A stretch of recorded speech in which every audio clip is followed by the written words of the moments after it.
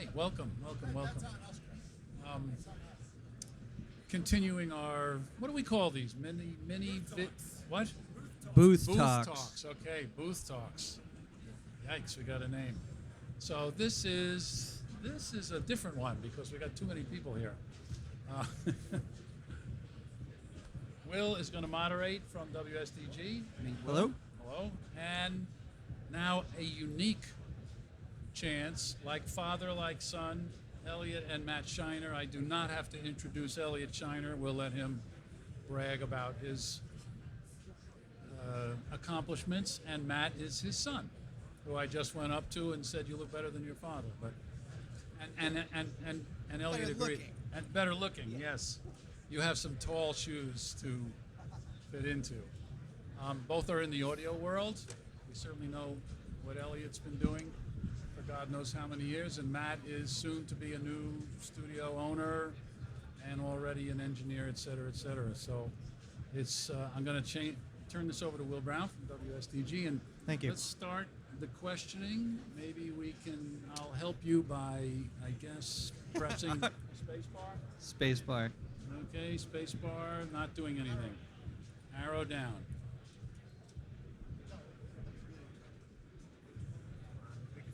Okay, there we go. So that'll help you. Okay. Yes. Gentlemen, thanks for joining me. Obviously, Elliot, as John said, need no introduction. Everyone here knows who you are. Matt, everyone's gonna know who you are in 3 years. I'm putting it on 3 years. I guess the first question I would have, I'll start with Elliot, but really for both of you, because I want to hear sort of your individual responses. Elliot, I know I've seen you say in the past you try to only mix in your room at home, and we're going to get to that room, but over the years working on so many incredible projects with incredible musicians, to you, what makes a good recording room? I feel like I can answer this for him.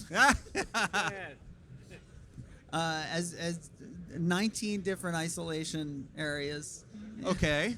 Here, let me write those down. Space, air, and lots of isolation. I've been working at a room up in Rhinebeck, New York, called the Clubhouse. Okay. They have rooms, people could stay there. It's got a Neve 8058 console. Most amazing room full of guitars and drums, and Nothing wrong with those. there's 3 isolation booths. It's a great place to work. Not think about whatever else you might be doing, but just to be locked up in a room with musicians, record, have lunch, dinner, go to sleep, record. Focus. Yeah, it's Speaking towards focus. Yeah. absolutely. Now, Matt was mentioning 19 booths, and obviously we're not talking about 19. I hope. Booths. Yeah. Do you find that having a variety of booths lends to sort of the flexibility of what you can do in the space? Yeah, absolutely. I mean, there are times you don't want leakage in certain things. Totally. Or having to do it again. And, I try to get stuff live. If I can't get it live, I feel it's almost pointless. So, yeah, isolation for some instruments, pretty important. Yeah, and you say there are times where you don't want leakage. Are there specific times where you do want that bleed? Yeah. And is there any trend, be it, per instrument, or does it just project by project sort of basis? I usually don't want bleeding from drums, but horns in the same room leaking into each other's a good thing.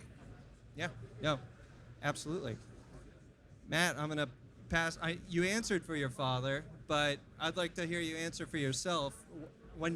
and we're doing a project together for Matt, so I know a little bit about this. But for those of you that don't know the ins and outs of that project, what do you look for in a recording space? And I'm sure coming up, it was maybe a little bit different from your father in that you worked a few more bedroom sessions than your dad did, just being of a different generation. That's accurate. I think what's important to me is probably what's important to most people is being able to get different flavors, so having like that nice and neutral little drum booth, but then being able to open up the doors. I remember those conversations. Yes, we've had several, and being able to isolate things, because even though it doesn't happen so much anymore, occasionally people still do all play together ensemble, and being able to capture it together without sacrificing fidelity, having to squish them all into one room is really great. Absolutely. And Yes. having space for everybody to come into the control room together afterwards and listen and not feel like they're just That's underrated. Yes. Yeah.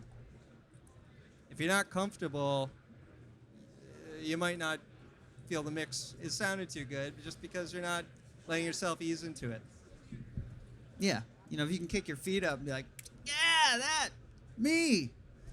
Speaking of being comfortable in a space, Elliot, this is your space at home.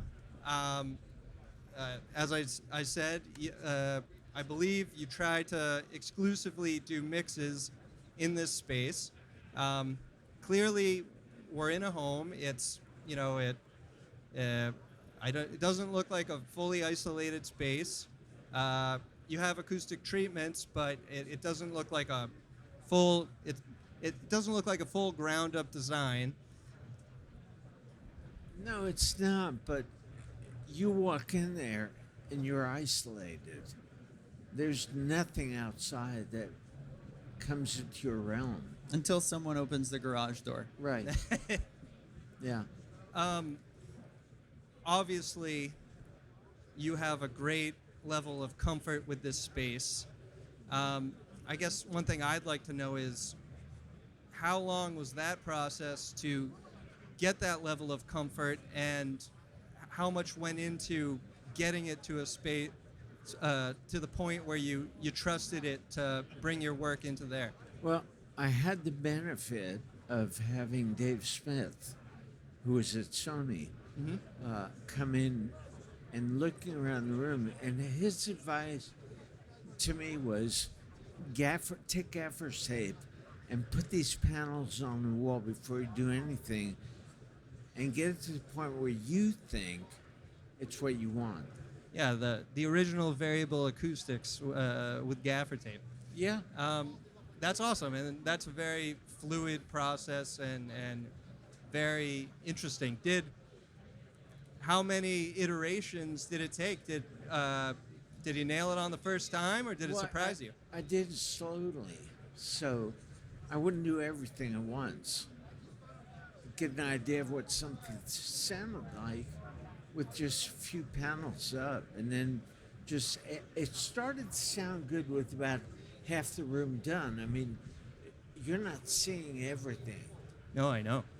so once it was there, I started to add panels that really didn't make a difference but looked good. Oh, well, that's half the battle, as we know. Just for a little context, what's behind you? Do you have any diffusion behind you? Yeah, I have a bookcase. Oh, well, that varying, not legal. No. Legal collections. No, they're in there. Yeah. Very cool. I mean, he's been there, and he can vibe for what space sounds like and what you can do in there. Are you comfortable working in here? Yeah, I've worked in there a fair amount, and it's surprisingly comfortable acoustically. You don't really hear the windows or the drywall. Yeah, it's, for how Spartan the treatment is, it's very effective. And just for context, where is it? Connecticut. Gotcha. Thank you. Just taking a second to look at the gear here before we move on. I didn't pay for anything. Shocker. Oh, you want this? Yeah. Yeah, here. Yeah, I want. Yeah. And I don't want to pay for anything either. No, I think it cost me about $5,000. The speakers were all paid for. Well, that's the secret, ladies and gentlemen. Get everything for free. Now, work on many breaking records, and then they start giving you the stuff for free. Moving on a little bit, just a little taste of the space we're designing for Matt and his team. Matt, do you want to talk a little bit about the project? How long? I mean, I know how long I've been working on it, but how long has this been in the planning? This has been in the planning stages for probably about 8 years, sort of from the time of like it was a seed, like, Yeah. oh, what if we, and then 2 years ago we started in earnest trying to get funding together and figure out a space and get this moving, and we found a space. You found a space. Are we comfortable saying where the space is right now, or do you want to wait until? Yeah, no, it's about a block and a half from a big super fun site in Bushwick, Brooklyn, which is how we were able to get a reasonable rent rate. Yep. And it's only 1,500 square feet, which is I just wanted to come to you and say, hey, I have this fun, exciting challenge. Yeah, I you. want 3,000 or 30,000 square feet in a 1,500 square foot box. But we got there. As people can see, it's a multi-studio facility, and this live room actually, it's got one thing you can't see is it's got a phenomenal views of Brooklyn, which is really going to be a gem when you're working in there, filming in there.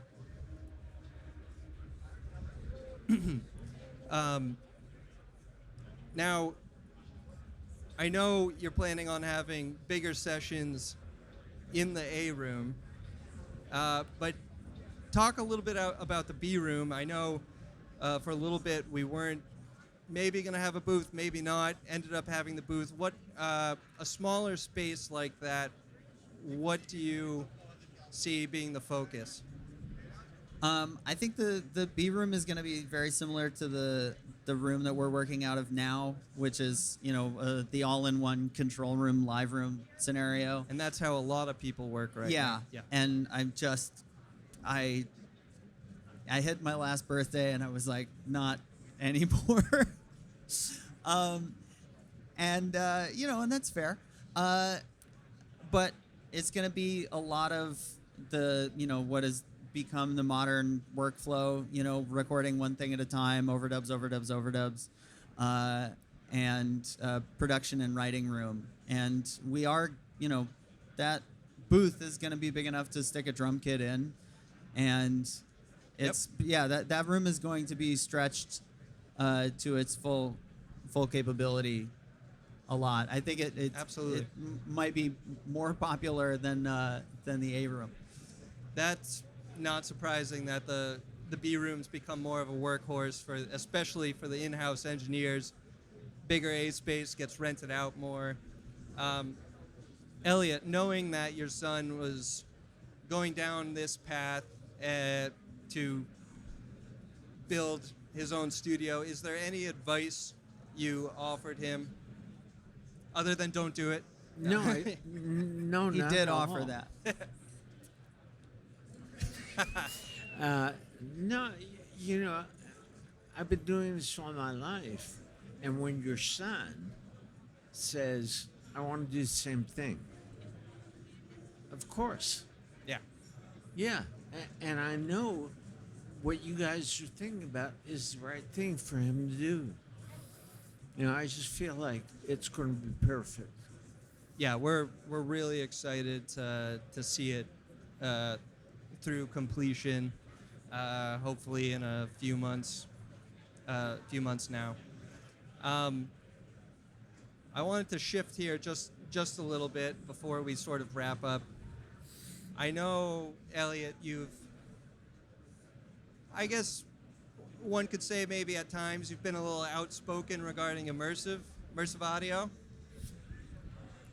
But also, I know you've been involved with the development of immersive systems like in automobiles and such.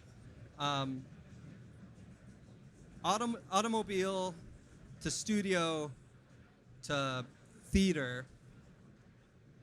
How does it translate from obviously a big public space like a theater to the studio, which I know you've been a little warm and cold on, to a real personal experience in a vehicle?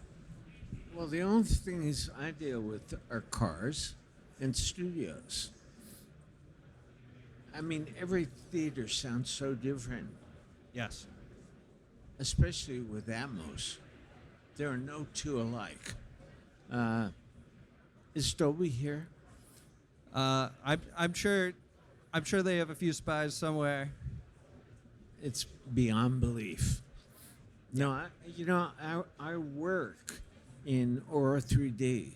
I mean, the speaker configuration is so different, and why would you do a project at 96K and then have to have it? Why would you want to come down? Why would you want to do something at 96? Oh, it's okay if it comes down 48. It's not okay. Right. So they're on my enemy list. And Matt, your thoughts? What role in a world where immersive is sort of, it's a buzzword, it's being driven by the industry.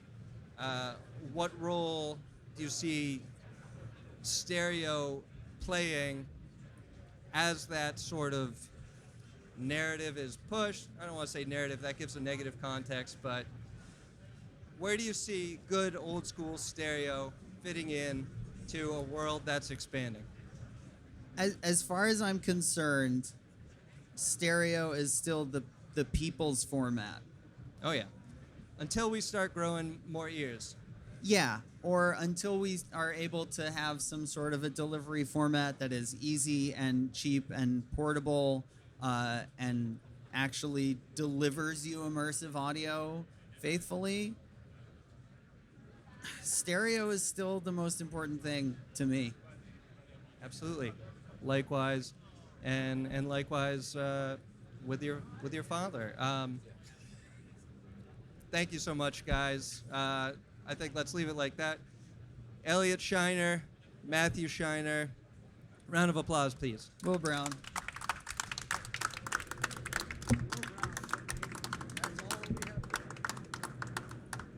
Well, good to meet you, man. Thank you so much. Yeah, I know you know, it's going to be great.